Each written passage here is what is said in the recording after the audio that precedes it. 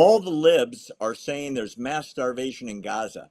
The UN, which hates Israel, just released a study yesterday that says it's not true. There is no famine. There's plenty of food and water. Do you think the libs will change their tune?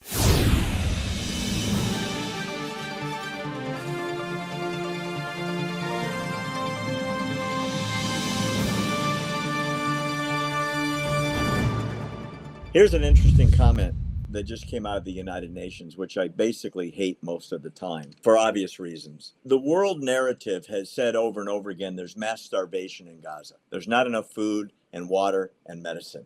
The UN just did a study and they released it yesterday, 31 pages. And the UN Committee on Experts said, quote, there's no supporting evidence to conclude that there's a famine in Gaza, meaning the food that's coming in is being seized by Hamas and being resold. It's supposed to be free. Here's a Gazan citizen carrying some UN food with the UN bags stamped. The truth is they're selling the food and they just had to drop prices because the Gazans can't afford what Hamas is charging them for the free food.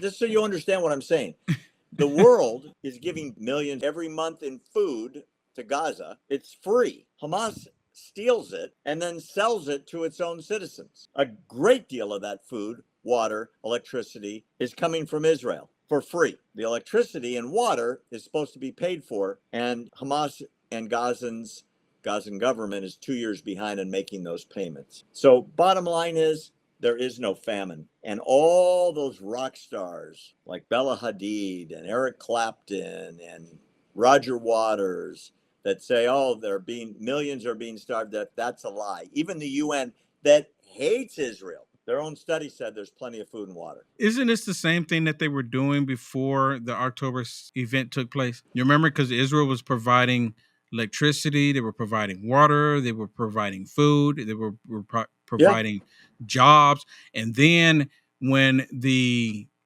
Palestinians would go into the workforce in Israel and come back, then Hamas was, to my understanding, you can correct me on this too, Barry, they were charging them a tax, right?